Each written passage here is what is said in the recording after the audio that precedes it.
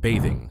Most people in the American West went days or weeks without full baths because clean water and heat were hard to get. On homesteads, every bath required hauling buckets from a well or creek and heating them over a stove, so bathing ranked low against work and cooking. Families reused the same small tub in order, adults first, children last, to conserve water and fuel. In towns, bathhouses existed, but water cost money, fuel was limited, and multiple customers often used the same tub unless they paid for a fresh fill.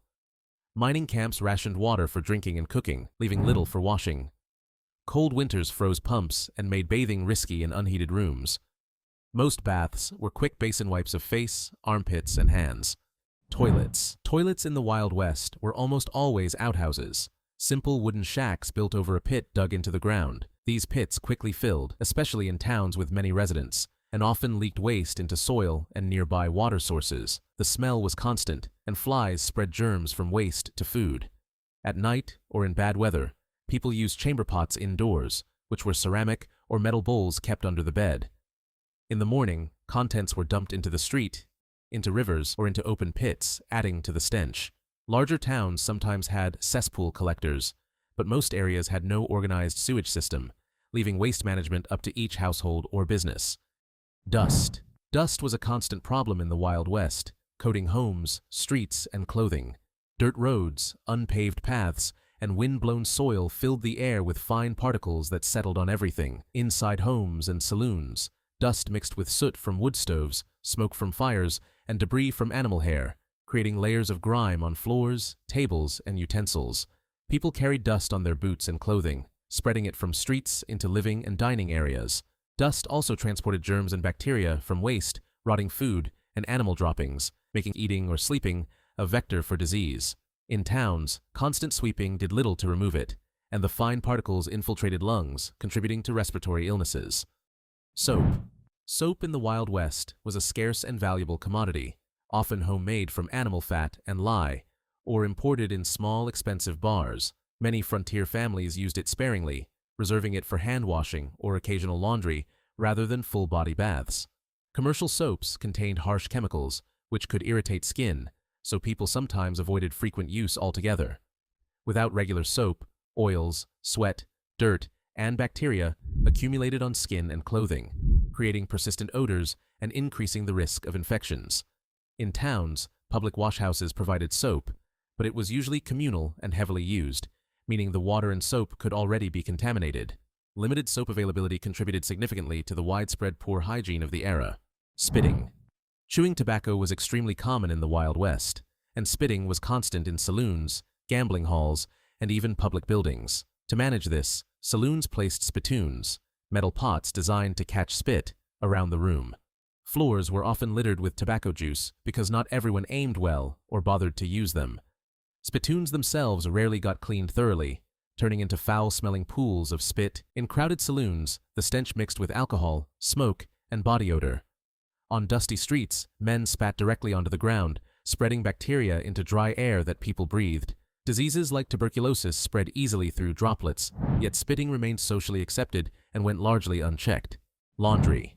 In the Wild West, most people wore the same clothes for weeks without washing them. Water was too scarce and soap too expensive to waste on laundry. Washing meant hauling water, heating it, scrubbing by hand on a washboard, and drying in the open air, which was time-consuming and exhausting. As a result, shirts stiffened with sweat, dirt, and grease, while trousers absorbed dust from endless trail rides or mining work. Underclothes, if worn, were often unchanged for long stretches, leading to lice and skin infections. Many people simply brushed off surface dirt or shook out garments to freshen them. Laundresses, often immigrants or widows, made a living cleaning clothes for others, but even their work was limited by scarce water and heavy labor. Dental. Dentistry in the Wild West was nearly non-existent, and most people lived with severe tooth decay. Regular brushing was rare because toothbrushes were expensive imports, and toothpaste was limited to homemade powders of salt, chalk, or crushed charcoal. Sugar from canned goods and hard candy grew popular, which worsened cavities. When a toothache became unbearable, the only solution was extraction, often performed by a barber, blacksmith, or anyone with pliers rather than a trained dentist. These crude removals risked infection and bleeding, with no painkillers except alcohol or opium.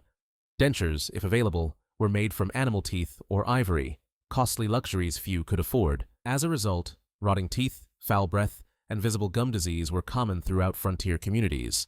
Food. Food in the Wild West was often stored and prepared in conditions that invited contamination.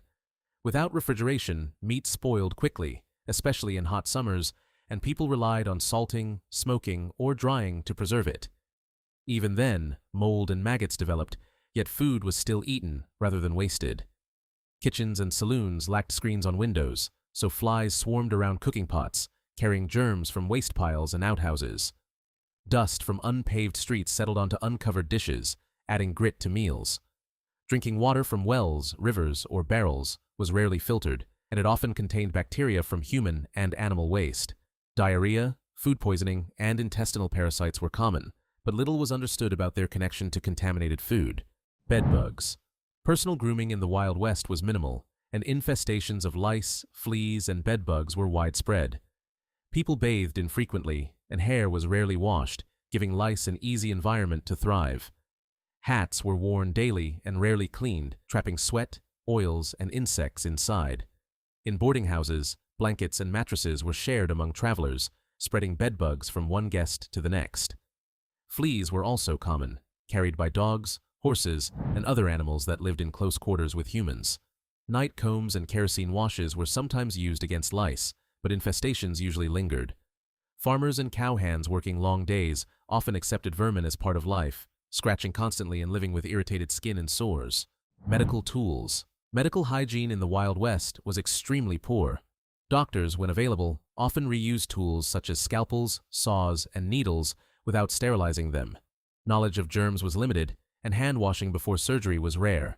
Instruments were wiped on cloths or rinsed in dirty water, spreading bacteria from one patient to another. Bullet extractions and amputations were performed in makeshift environments like cabins or tents, where dust, flies, and unclean hands introduced further infection.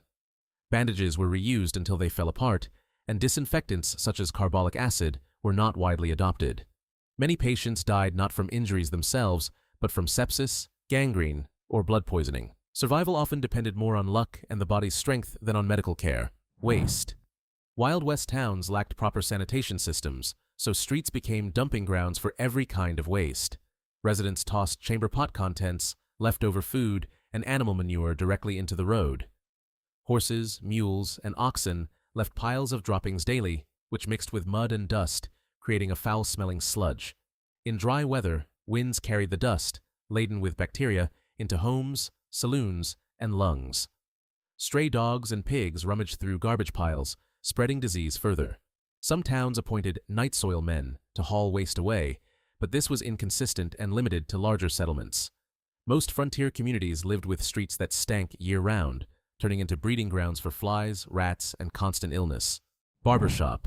Barbershops were common gathering spots in frontier towns, but hygiene practices inside were poor. Razors, scissors, and combs were used on multiple customers without proper cleaning. A straight razor might shave dozens of men in a day, carrying cuts, skin infections, and bloodborne diseases from one face to another.